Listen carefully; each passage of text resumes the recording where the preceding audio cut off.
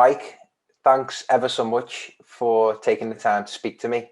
I've really been looking forward to the opportunity. Now, how's the second lockdown treating you? It's not too bad, really. I picked up some work sort of after about 3 months of the first lockdown, and I've been pretty busy since, really. It's been quite good. So, yeah, it's not too bad, really. Just got to accept it and move on and see how we go, really. Yeah, it's fine. It's good to hear that you're able to sort of navigate through it well, because I know a lot of people within a creative field have sort of not been able to take it in the stride as well. And it's good. Yeah, absolutely. I mean, I deal with a lot of musicians and talk to a lot of musicians, and it's sort of like, yeah, that's really hit them hard without the live sort of music going on. So yeah, look, I've been pretty blessed. We're doing all right. Yeah, that's great to hear, as I say. And Rob Sloman is the guy that turned me on to you. He's a mutual connection.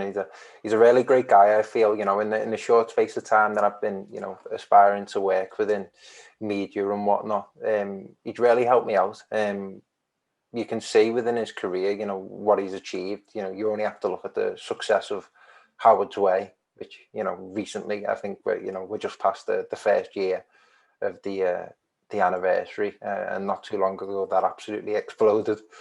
Yeah, it's been great watching that go out into the world. Like any film or show you work on, it is really nice to see it go out there and catch an audience. And there's nothing better than sort of sitting there amongst people watching it when they're enjoying it. They might give you a mouthful occasionally, but it is, and it's been really pleasing to see him do that, because I've worked with him for years, and just been Everton this and Everton that, and I want to do this, and this is what you want to do. And I've been lucky to be alongside him when he's done, two of them, certainly with Everton and with a film he did about Sevi, two of his absolute, sporting heroes, really. Yeah, I mean, us Evertonians tend to be that way, bloody obsessive. I've noticed I work with two or three of you. But, of course, you were the editor for Howard's Way, for those that don't know, and I've got many friends that are looking to, pursue careers within editing, and you've worked Go back. It's time to change. You've worked on some wonderful projects, with some big companies and some brilliant clients. You were born and raised in Perth, Australia, if the about page served me right. So if you wouldn't mind, could you just give us some insight and share the story as to how you've got to where you are today? Yeah, it's interesting. I probably had a fair bit of interest in media and TV from an earlier age, but it wasn't something you pursued at school. It wasn't something that you could get decent marks for and go on to do university or anything like that. So I sort of avoided it.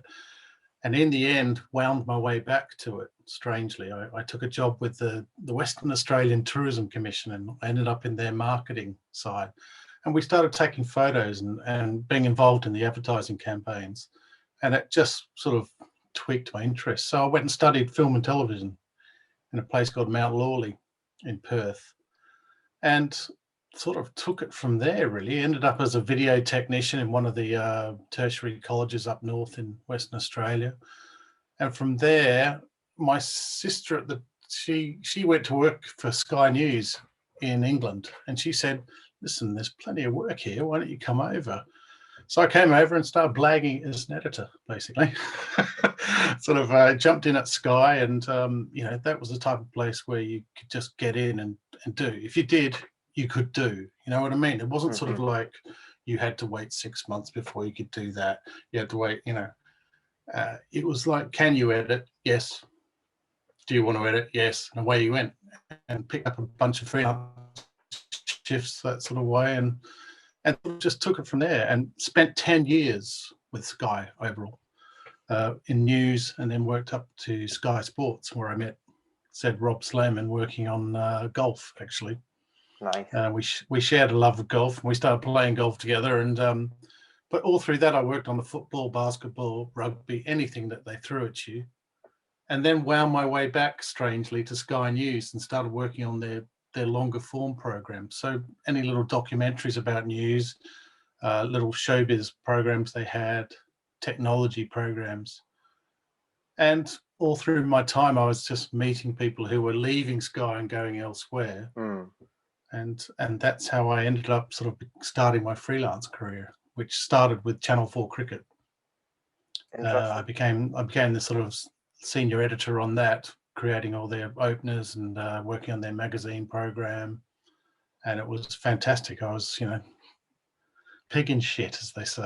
It was just, I loved cricket. I could go up to Lords at any point I wanted to. We were constantly sort of, having a great time, cutting a great program. And yeah, it was brilliant. Brilliant. That's really nice to hear. Yeah, but that's what kick-started that. And from there, I just kept meeting people and different opportunities arise. Rob and I continued to work after I left Sky. We sort of found our way back to each other. He was working for a company in Brighton. And we started making stuff together again there. And that's where we started on sort of the Sevi documentaries, and we did the British Lions together. Just, too many things that we've worked on that, we enjoyed and we got paid for sometimes, which is even better. No, that's really interesting to hear, and especially something that I want to ask about later on is that the nature of working freelance, because that is obviously it's a situation that many people often find themselves in, especially now. We're talking about it. It's quite hard to break into the sort of creative and media realm, and it's as I say, a position that people find themselves in often for the first time. I know many students who are offering themselves as freelance, and to get as many tips possible for them, that would be fantastic. But one of the things I wanted to ask before that was, during lockdown, I've been watching, again, I think it's like for the third or fourth time, what I believe to be the greatest TV show of, ever, The Sopranos. And I've been, I absolutely love it. And they've, Christopher Moltisanti and Steve Sharippa, two actors from the show, have recently come up with the Talking Sopranos podcast, where they go over episodes in depth and just sort of give an analysis of it. And that, to watch an episode and then watch the podcast side by side, it's just been really insightful. And as I tend to do with things that I get obsessed with, I go down YouTube rabbit holes, and I came across an interview between Peter Bogdanovich and the creator David Chase, and David Chase said that despite all the different directors and producers involved in the show, he wouldn't let anyone other than himself touch the editing. Oh, that's interesting. Yeah. Why do you think that is, and what are the elements of editing that make it so important to yourself? It's interesting that, because I think editors, it seems to be a 50-50 split, in a way that editors are there to push the buttons, or editors are there to make it what it is. Now I've done both things. I think the key thing for an editor is to be a bit of a chameleon and work out pretty quickly what's required of you. But for what he's saying, I think what an editor can bring is a consistency, because whether we know it or not, I think we cut in certain rhythms. Mm-hmm. We bring to it our own sort of, our love of art, our love of music, whatever, but something that internally ticks over. Yeah, there's rules you can follow. Don't cross the line. Make sure you cut over a bit of overlapping. This it's sort of, but I think everyone has their natural sort of, I don't know, it's like a metronome sort of going, and that probably what you see over the course of The Sopranos. It never felt like any episode didn't fit. And so I think that's probably what he's saying about that. It's a hard one, because I don't like to study it too much yet, or overthink it. Yeah. Probably the times I do is when I'm sitting down trying to teach someone something, and I realize, A, I know a little bit more than I thought I knew, and B, stuff I do is a little bit instinctive. I'll have something presented to me and I'll just say, well, why don't we turn it that way, bring it this way, and that's what you do. It's a bit like life. It's an ongoing experiment, an edit. If once you think you've got it nailed on a bit of paper and that you don't have to do anything else, you've doomed a film or a TV show to being a bit nothing, really. I'm not sure that's answered the question, but what I get again, it's similar to, it sort of comes full circle again to being, you know, an individual in a creative field, like similar to a director. Like everybody has their own house style within their own domain, is what I'm getting from that, which I find is really interesting. Yeah. And obviously, again, as you've said, you've got a clear love for sport and music, and I feel like obviously the subject matter goes a long way to, you know, the editors' abilities themselves. Now, during one of my modules in second year at university, each Monday we would edit managers' press conferences from the Saturday just gone. Okay. And for me, again, like you said, when you were doing the cricket, I was like a pig in shit. I was so happy to sit there and listen to the likes of Pep Guardiola and Jose Mourinho dissect and analyse what had gone on, because, you know, in my estimation, I consider them just geniuses within the field. Yeah. But on the flip side to that, when it comes to editing my own work or editing my own podcasts, it's the most painful and laboured experience imaginable. So, as I say, how important do you think the subject matter is for an editor?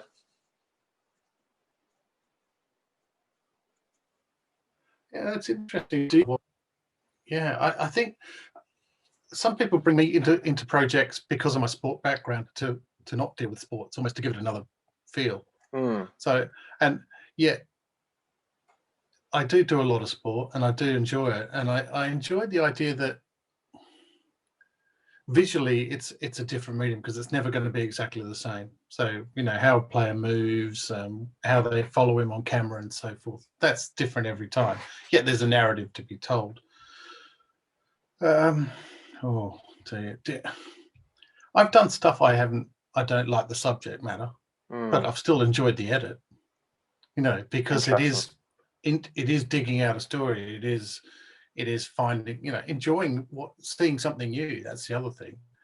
It's always quite funny when you're doing an edit, and you've probably done the same. Sometimes you're sitting, you're meant to be sort of critically watching it, and you find yourself just watching it. And sort of, I stop myself 20 minutes into something and think, I was meant to be checking that. Well, that's a win, because what I've done is I enjoyed the edit. I've enjoyed the program. Yeah.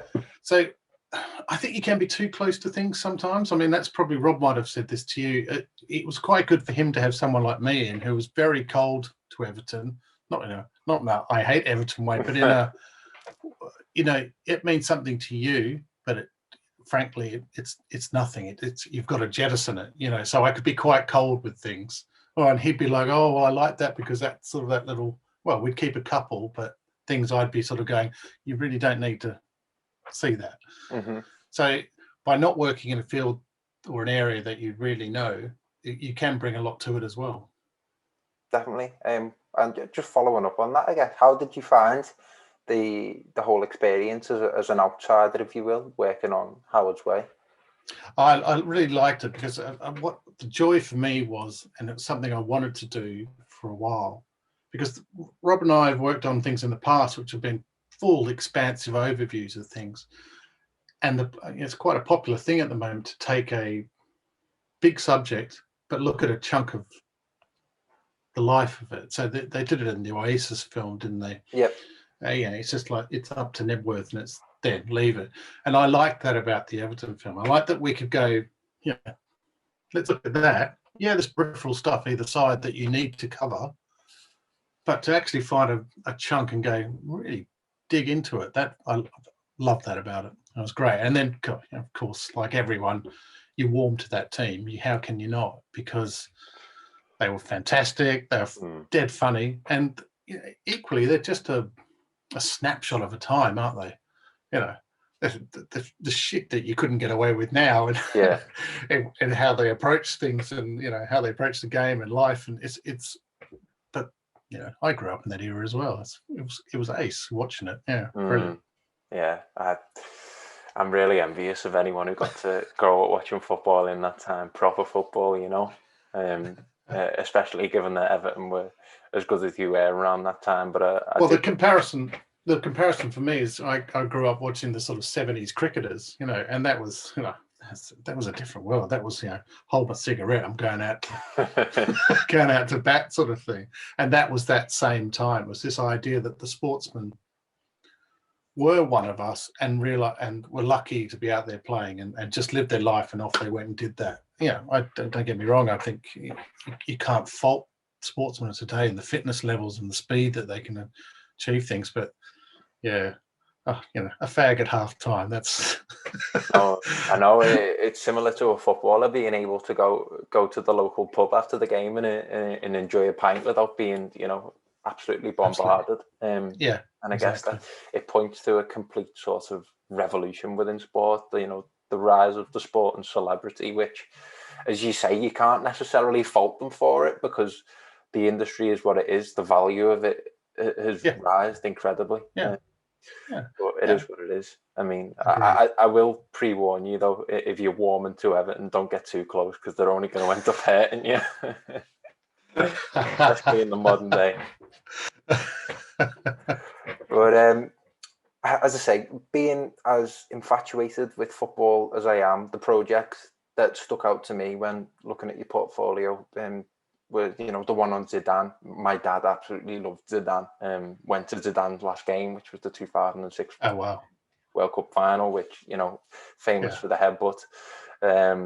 Obviously the Leicester one, the Leicester one really stuck out. But I do have to say as well, the one on Andre Ward and his letter to Muhammad Ali, it just gave me chills because anything about Ali, I absolutely love it. Again, that nice little thing of, even though it was a small piece, it was still just a little key moment out of someone's life, and that worked well. We can't thank Rob for that. There was a director called David Finch. Rob was involved as producer on it as well, but that worked beautifully, and that was a lovely coming together of director and producer and the guy who did graphics. That we had time to do it. Often a piece that's 3 or 4 minutes long, you've got half a day or a day, and you've got to really bang it out. That sort of thing. We could spend a bit of time on it, and it shows. And it's one of those things. That people say, well, why do you need extra time? Well, because then it ends up looking like that, and it doesn't look like a one show. Let's go and meet a boxer sort of thing. No offense to anyone who works on the one show, but that's the idea that a little bit of collaboration, a little bit of time, and something great comes out of it. Yeah, of course. And like we were just talking about then, when you've got that time to work with things, it's almost as if it takes it back to the sort of days of yesteryear where you're allowed to have a sort of sentimental look into this inside of an athlete's life, and just exactly what Ali meant to Ward, which comes across within the short couple of minutes that you watch the film. But that's a bit of sign of the times as well. We want our footballers, our sportsmen, our actors, whoever, to be characters and to have opinions. But when they do, they get torn down by the media or whoever, by fans. And you think, well, don't say you want that and then throw it in their face. You do have to. It's a by the by. Oh, of course, you only have to look at the sort of the treatment of Marcus Rashford lately, which is very, very strange. Very strange. But obviously, I listed some of the projects that you've worked on there. It'd be really interesting to hear what were the most enjoyable projects that you got the chance to work on, and following that, what were the most challenging projects that you've worked on? Generally, the challenging ones are if there's a lot of back and forth. There's a hierarchy. So if, say, Rob's employed me to do, for example, the Zidane piece or the Leicester one. Now, we've got a bit of leeway creatively because he's come up with the ideas, or between us, we've come up with the ideas. But then there becomes a layer above that of someone you've got to please. And then you find out, actually, that person you were trying to please, there's someone else on top of that you're trying to please. So the committee edit decisions start floating back down. And any editor who works within, this sort of environment will tell you that. And it's all about notes. You get notes back. And sometimes it's sort of, you think, what do they mean? Why do they think that's going to make it better? And it generally boils out of something that they're looking for, something you haven't got, or that someone's not said. So the difficult ones are those where the notes just keep coming back, and they just smack the essence of what you're trying to do completely out of it. So all the beautiful music cuts you've made and everything that's hit the beat, you're changing because someone says, "Oh, there's a something in the background we can't see," or so those become these fights. And the ones that are joy are generally when, as I said before, when everyone's just working as a team to get it right. Well, my days on Channel 4 cricket, that's what it was like. There was no one sort of blocking you to stop you doing something. It was, here's an idea, and everyone went, right, how do we make that happen? How do we make it better? Do you need more help for that? And then you end up with something that's still talked about today, Channel 4 cricket, and the coverage and how, and that was across the board. That was just what I was doing. That was everyone going, how can we make this better? How can we make it more interesting? So those are the ones that really, and then other things are just little wins, little wins in when you've got a music track that you really love and you present it and someone goes, yeah, let's use that. Or just, I still think of little moments, just key edits in things, and I think, oh, that was good, and you try to replicate it years later. So sometimes it's little victories. I always say to people too that sometimes an editor's job is sort of up to about the 75% mark. It's all fun and games and cutting and telling the story, and then you got 25% of technical stuff at the end of getting it right, making sure that it's allowed to go on air, that are the graphics safe, and these things that all of a sudden just keep getting thrown back at you, trying to be a bit artistic with something, and someone goes, well, no, that graphic's out of safe, we can't broadcast it. Now, it doesn't matter on the internet, but on TV it still matters, and many times I've been sent stuff back because I've sort of just got lost in the moment. Started putting things everywhere, and they go, we can't broadcast that, so you have to start reining things in, and then you have to get the audio right, you have to do an audio mix, you have to, the grading, as much as I like grading, once it gets over about 10 minutes, I'm like, really, can I go home now? Can I give this to someone else? So the good bits are when you're just lost in an edit, and the wife bangs on the door and says, you said you were coming down for dinner half an hour ago. I said, well, it's only half an hour. She goes, that was 2 hours ago. And you just realize you've just been playing with 90 seconds of something and just smiling every time you watched and smiling every time you found another shot and thought, oh, that's better than that shot. That's it's great. That is really good. And particularly if you've been involved in the shoot. So I've done a couple of films myself, and there's moments when you've been out filming and I've come into edit and it works. And you just it's looking around in your lonesome little room going, me, So it's little victories, and there's, and I've had reactions, and very nice reactions to stuff I would say I'm not super proud of, but take the compliments when they come, because they don't always come. Of course. For me, I feel you were saying, it's sort of the creative process up to about 75%, and that's the sort of essence of narrative and storytelling. I think that's a big part of the reason why I love podcasting so much. It's a long form platform to be able to tell stories and storytelling abilities. Whereas when it gets to that final technical side of things, that's where I just fall short. Just where my enthusiasm for editing just stops at that limit. But one of the things that you touched on just before was when you're working within a company, there's often sort of gatekeepers above you within the hierarchy of the organization. And on the flip side to that is a sort of symbiotic team environment where everybody's on the same page and everybody wants to help each other out. This sort of brings me into the question about freelancing. What were the biggest learning curves of working within that sort of rigid, structured environment in comparison to freelancing? And, did what you learn stand you in better stead for freelancing? Yes, I suppose so. In the world of news, where I'd come from, and Sky Sports and all that sort of area of coming out of Sky, and a big juggernaut like that, was the fact that you did have to work with different people each day. So, I'd be put on a football edit for the weekend, and then the next Tuesday and Wednesday when I'm in, I'd be doing basketball. So you're starting to meet those different people. But for absolutely landing out in the big bad world, I was lucky because I was thrown that line from Channel 4 Cricket. So I was offered a 5-month contract over the summer. I mean, they call the summer contract 5 months. Who's had 5 months of summer in this country? And it's like, so that was great. So at the end of that was the first time I really probably became freelance on the back of that. But it was because of that. People go, oh, I saw what you did there, and would contact me.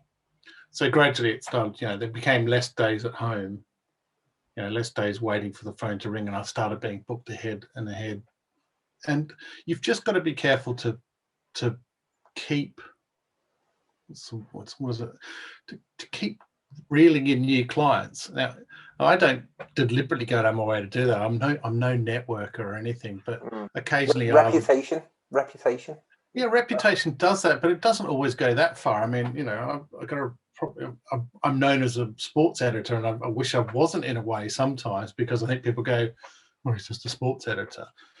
We don't. And there is, it can be very cliquey. Oh, he's not going to be able to do drama, or he's not going to be able to do a thing about, rats in the northeast or something like that. And it's like, I don't see that. I think an editor's an editor, and he can tell a story. Mm-hmm. And I think also, like I said before, bringing a bit of sport mentality to another program could help really change it and make it stand out. But freelancing it's a bit of a scary world. Yeah, it is sometimes. I mean, touch wood, I've not had any real killer times where I've gone, okay, where's the next job coming from? And there's always been stuff I could fall back on.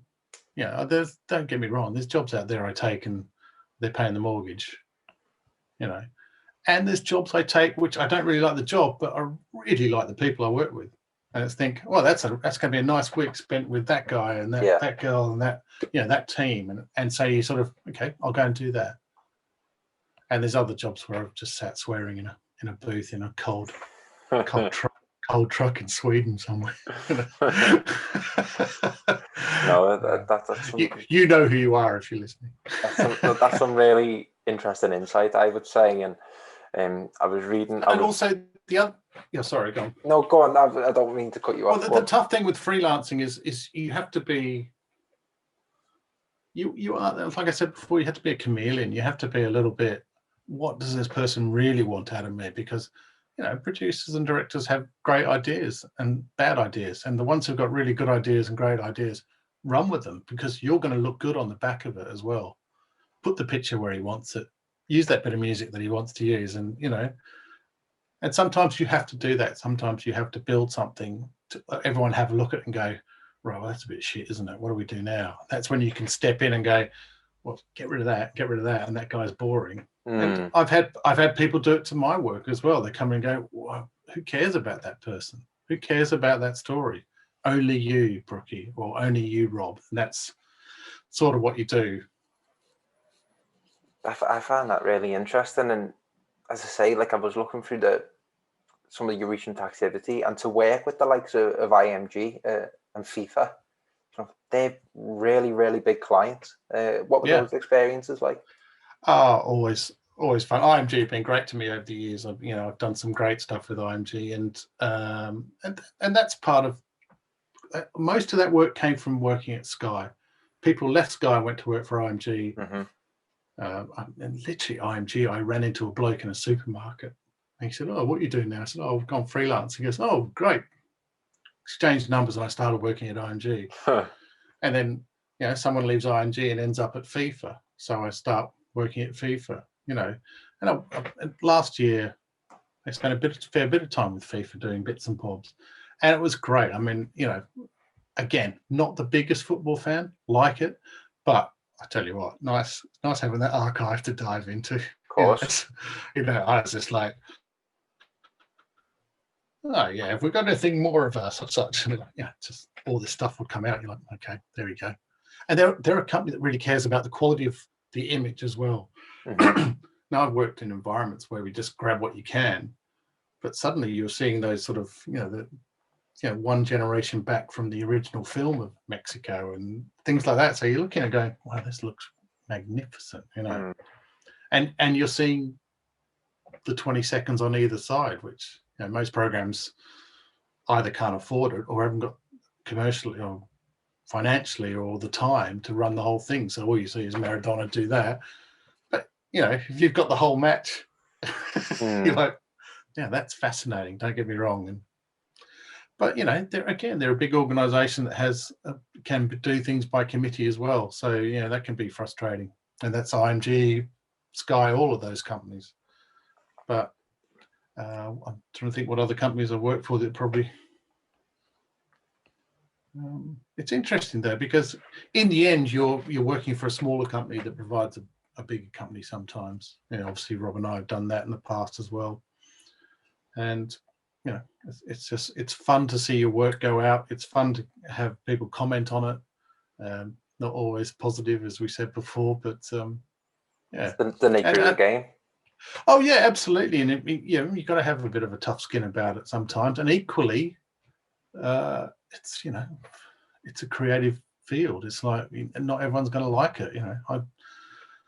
I prefer Wilco to Coldplay. You know what I mean? It's like that's just what it is. Yeah. I mean, they're bad. It does. Yes, it does. Anyway. No, I understand entirely. And just on FIFA there, I think you paid a good compliment to them there, and I've got to back that up. Like especially during the initial lockdown, and I found one of the moves that the sports sector made during the first lockdown was to stream old matches. But as you say, because they've got the entire footage, they'll show you the entire build up to the game. They'll show you the aftermath of the game. And I remember watching the 1998 World Cup final, the 2004 World Cup final, 2006 World Cup final, not 2004, sorry, 2002. But and the recent documentary from the 2018 World Cup, like they come up with a documentary just to sort of just tell the story of the entire tournament. They could, because they've got so much to work with, they tell so many different narratives within the 2 hours. And they get great sport directors in to do it. They pick and choose who they can, and people like to work for them, and they do set out with a story to tell at the start, and hopefully everything falls in place. And they've got the access. I mean, people tell you that's the key in sports, making films, and any of this is, can you get access? And of course, FIFA have got it. Yeah, as you explain, that must be, that must be absolutely amazing for an editor to be able to go in, and just to have so many tools at the disposal. And also to have the knowledge behind it. So the people I'd work with there, again, I go in as someone who can cut sport, but I can't tell you who was playing at such and such, and they'd say, well, we need a shot of such and such on this bloke, and I go, yeah, that's great. What does he look like? Thank you, Google. But and that's what you need, and that's that combination of things when you build something and it works as an edit, because you've got all the moves and it hits the beats and it hits some of those off beats and things like that. But then someone says, yeah, that's great, but you can't have that guy. You can't have that guy. So you go and look for somebody to replace it, and that's that knowledge behind you and people working as one, trying to make a decent product. Yeah, definitely. And you touched on, obviously they hired the best of the best in regard to directors for the projects. And I know you've done a fair share of directing as well. One of the done a few. Something else that came out of the David Chase interview that I was listening to was that he said that the greats of the greats, the Coppolas, the Tarantinos, you name the Kubricks, they're just the best of the best. However, your average run-of-the-mill director you could even take them out of the mix, and you've got so many different elements and factors in play that the film's going to get made regardless. People are working to timeline. People have got to get stuff done. I was just wondering what your take is on working as a director.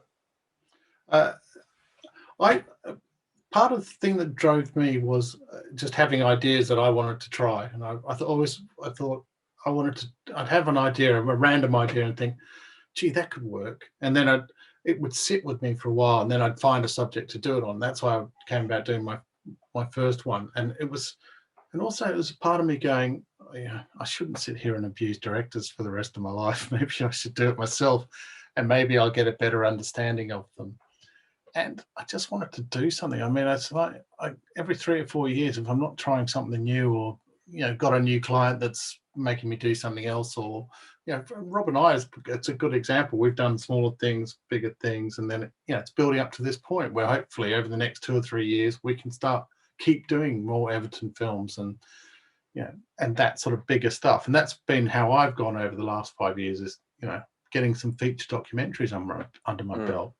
And it's been great. So as a director, the one story I probably overtell is that because I was filming some stuff as well, I was always the editor was always in my head. So I'd be filming something, and just many times you just see the camera go down like that, and I knew in my head I was going, I'm never gonna fucking use that.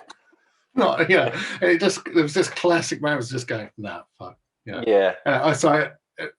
Funnily enough, it became quite a running gag when I was cutting the film, because I'd be sitting there going, is anything good? And then I'd just see it go down. And I'd hear myself in that environment and just laugh. But that's what you do. You do sort of go for moments and think, oh, I can see that. Visually, I can see that, and quickly grab something else that I know will work with it. Or if you're filming somewhere and you've instantly got that shot in your head, and you think, okay, next time we film with that guy, let's get this, because that's going to work well with what we shot back in Perth and what we're shooting in Brisbane now. And also, it was important for me to not why go out and make something that I make with other people? I thought it was important for me, if I'm making the 2 films that I've made, both have a sort of a conceit about them, or a concept, and to me that was the important thing. I didn't want to just make a film that I make with other people. It's a bit, I don't know, is it like someone making a solo album? Well, don't make it sound like the band. Get your own thing. And so for me that was important. Go and make something a bit different, and something that you want to do, because ultimately it's your credit card paying for it. So fuck it. No, definitely. I commend you for that. There's a lot of stuff that is exactly the same out in TV land and film land, and that perturbs me more than anything.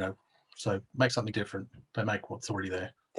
You only have to look at films over the last 20 years.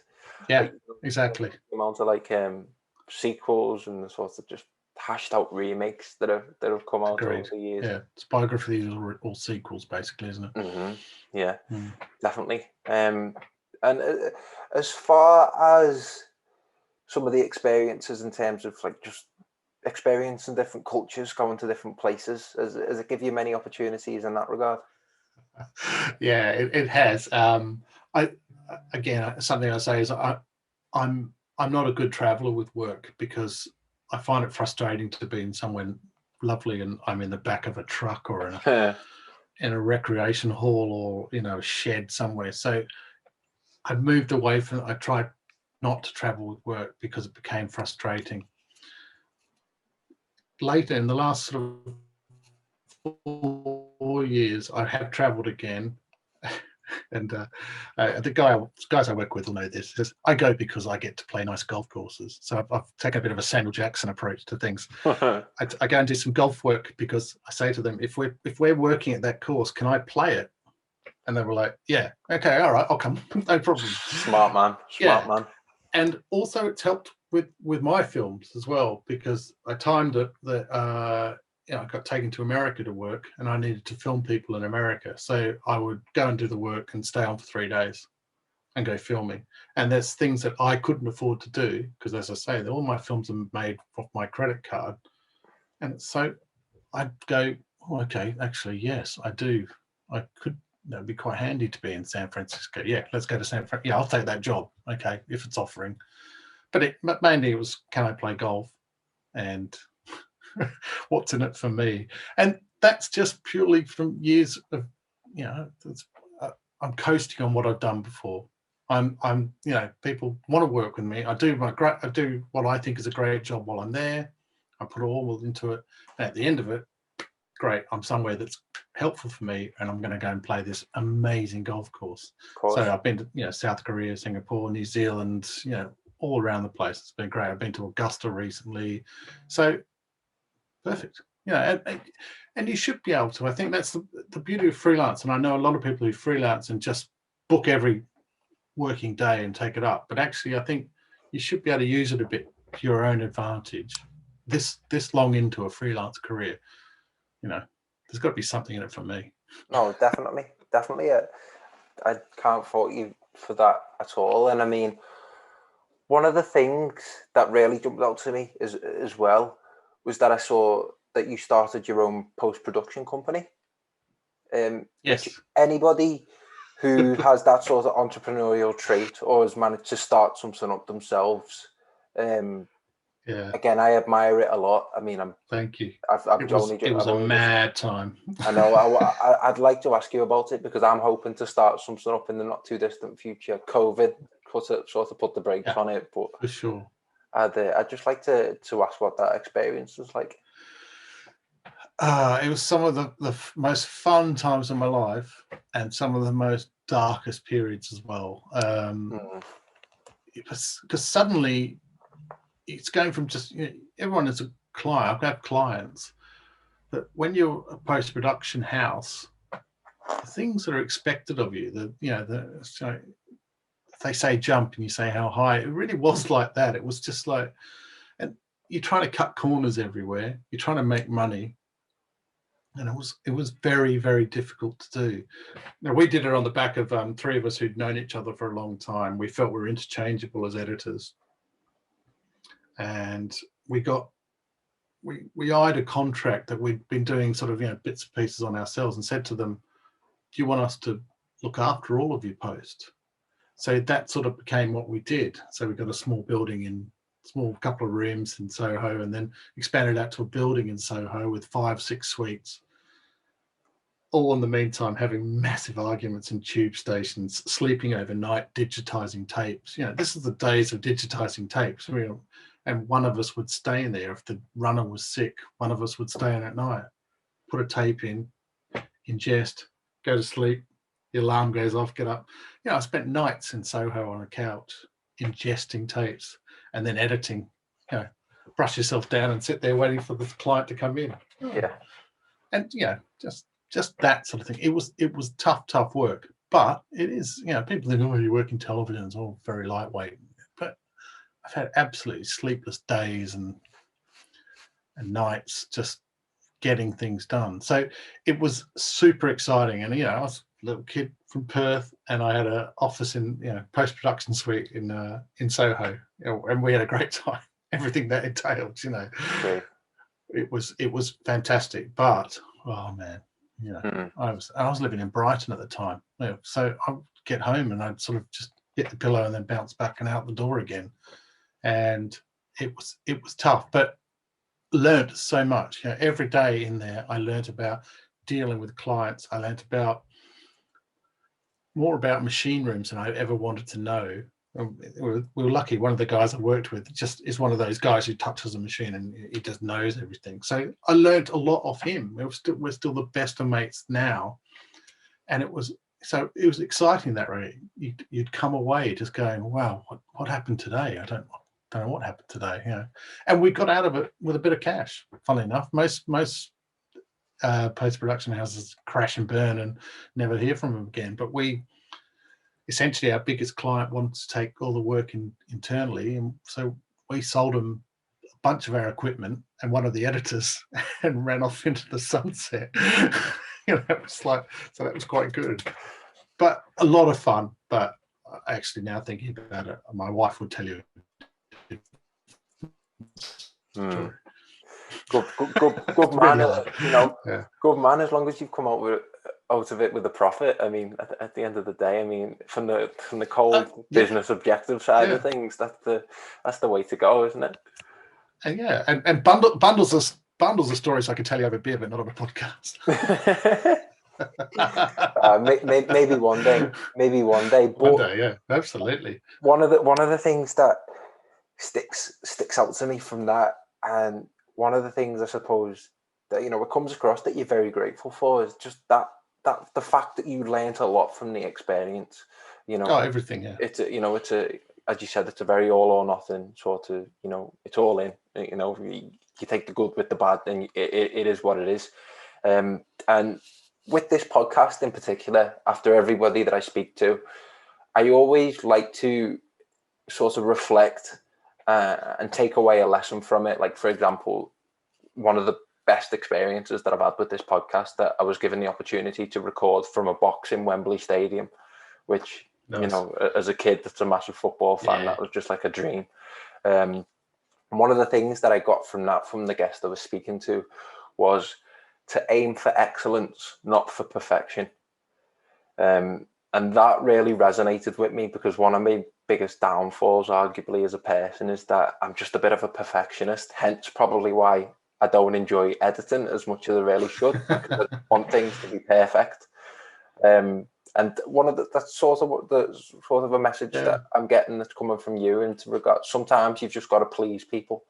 But lessons that you've learned, as far as that's concerned, what could you say?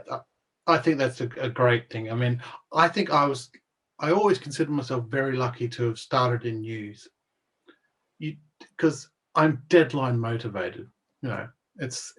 And at news, it was, was there pictures on it? That's, it was like a minute and a half of someone talking, and was everything pictures? Because the worst thing you could do was there'd be a black hole in it. It was like, if it went to air and there was a black hole, everyone just comes storming out looking for you. So it was like, it almost didn't matter what was on there. Your first aim was to get there on time, make sure there was no black holes in it. Great, job done. So for me, it's always been, I can see the end, and it's just got to finish. And it's, people say that in other things, editing films, and particularly music, isn't it? You didn't finish the album, you just got to the end where you had to hand it over. You know what I mean? It's like, that's why we get remastered versions and all other sorts of re-recordings of albums. It's people go back and try and tinker it, but actually things just come to an end, and you have to hand it over.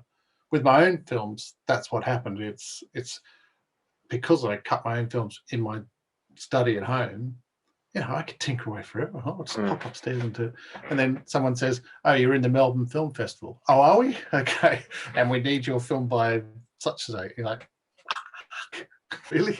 Okay, right. Now I have to finish. Now I have to go, that's it. Now we have to say, someone actually has to say to you, "No, you can't use that song." "Yes, you can." So suddenly, I had 2 years cutting it, and then I had 2 weeks to finish it. And that's really, suddenly a lot of decisions are out of your hands. I had a 1 minute section had to come out because the band Chicago wouldn't clear one of their tracks for us. So I found another bit that I just wanted to put straight in. So I found another bit that was a minute, and I dropped that in. Yeah. And instead of getting it remixed, I just did a little mix and made it sound roughly the same. Yeah, little things like that. So that was crazy. I mean, and again, just going back to what we were talking about before, I think one of the biggest lessons I've learned is say yes, and then work out how the hell you're going to be able to do it. Yeah. That's I've done that my entire career. It's like, can you do that and that? Can we get it? Oh, yeah, no worries. Just like, all right, what have I done? What have I agreed to? But there's probably something in the back of your head going, yeah, we'll give it a shot. And, in the days of software, and I'm no technical computer genius or anything, but I always think if I know a certain bit about something, that's applicable to something else. And I'm pretty good at doing that. So lessons learned are very much take everything, say yes, give it a go. If you don't like it, don't go back. I see a lot of people go, "Oh God, I've been a year doing this freelance job or that." And I think, well, you're never going to find another job while you're doing that job. It's very easy to say, with lots of experience. But it's still better to be, your life's a bit more important than that. And I have stopped working with 2 or 3 people just because I thought, oh, that just doesn't interest me, that sort of environment. And we do have to stop ourselves and say, it's just telly, it's just a film. Let's not shout at people. Let's not you shout at that person. Find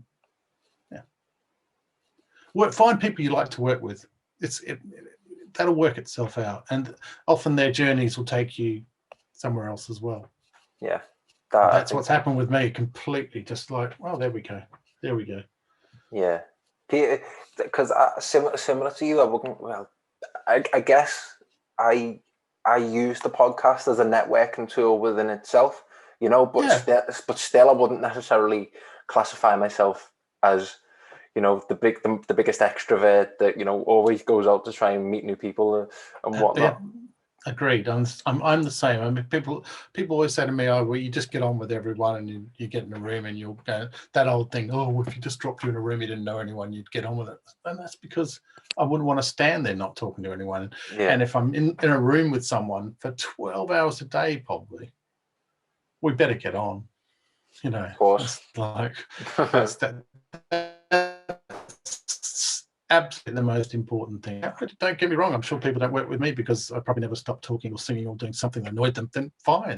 We don't have to like everyone. We don't all like the same sort of music. We don't all like the same edits. And if someone doesn't like the way I edit, that's fine. There seems to be 7 other people who quite like it. So we'll work it out, Yeah. And again, something that you said, saying yes to everything, that's something that I've always sort of been brought up to follow in regards to just opportunities. Just create and take any opportunity that's given to you, even in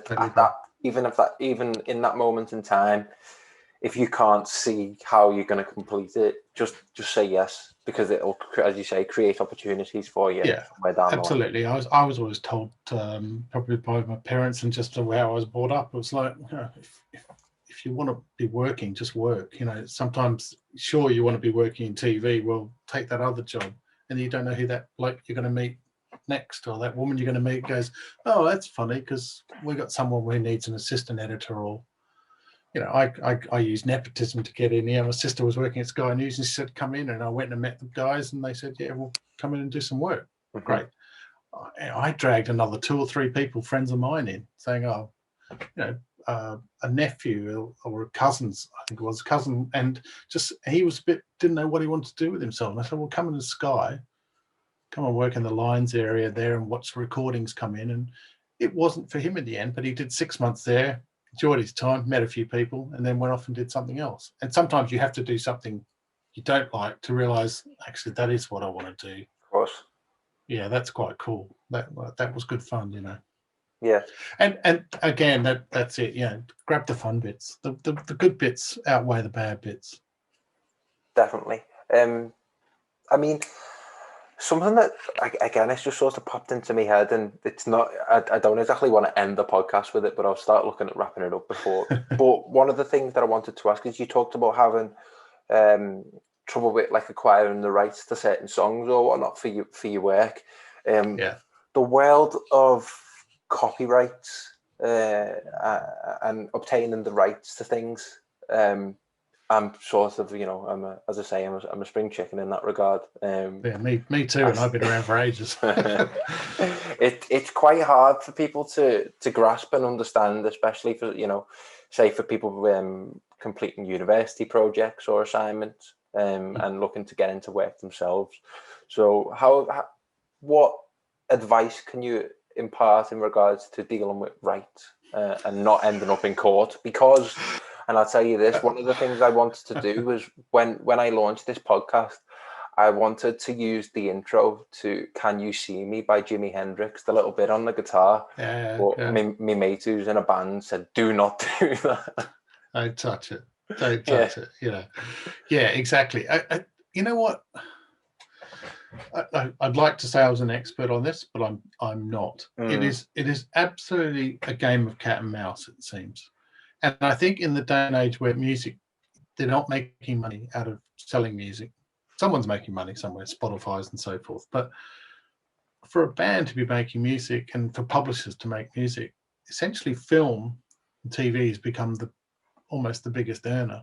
So I think we've seen prices go up and people not saying no, but actually just it's costing a lot of money.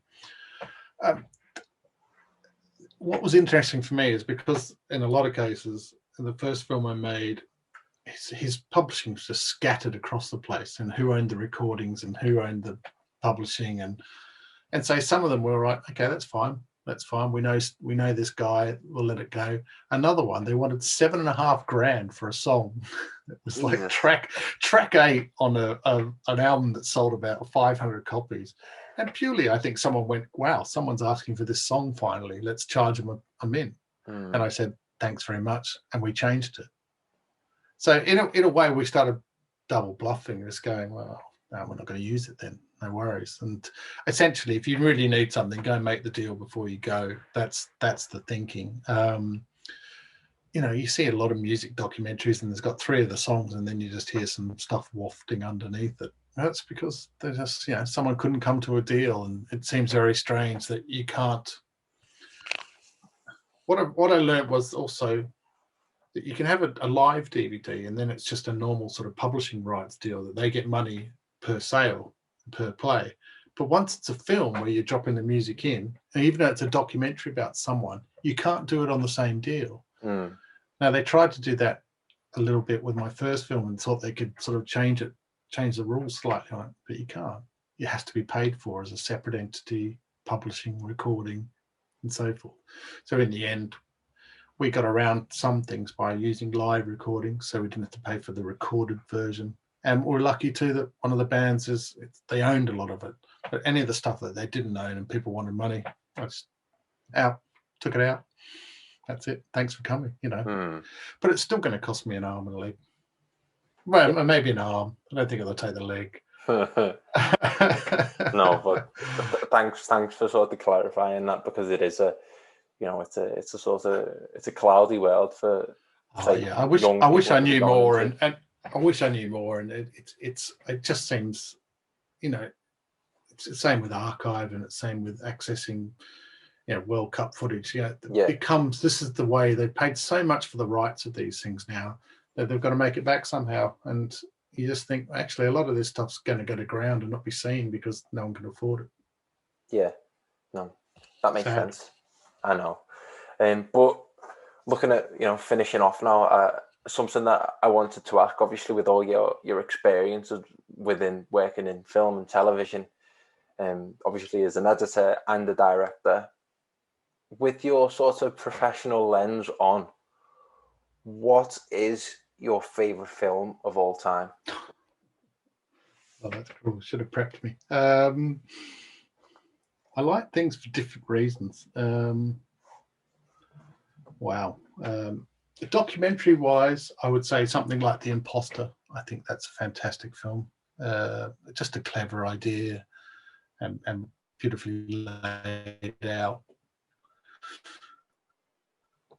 I'm a massive fan of Rear Window by Alfred Hitchcock, because I like that, and it's again a bit what I was saying, no way comparing myself to Alfred Hitchcock, but the idea that he created a box for himself. Yeah. He created something, it's like a dogma almost. It's like it has to be shot from here, it has to be there, and it's like, and for that you're there, you're claustrophobic with them. You're caught in the wheelchair, you're caught looking out the window, and so for that regard, it's fantastic. I was listening to the podcast, The Rewatchables, and I was thinking about rewatchable films and films that come on that that's it. You got to stay up now, don't you? So I love the comedy Galaxy Quest. I think that's one of the greatest films ever made. Hysterical. I'm not sure.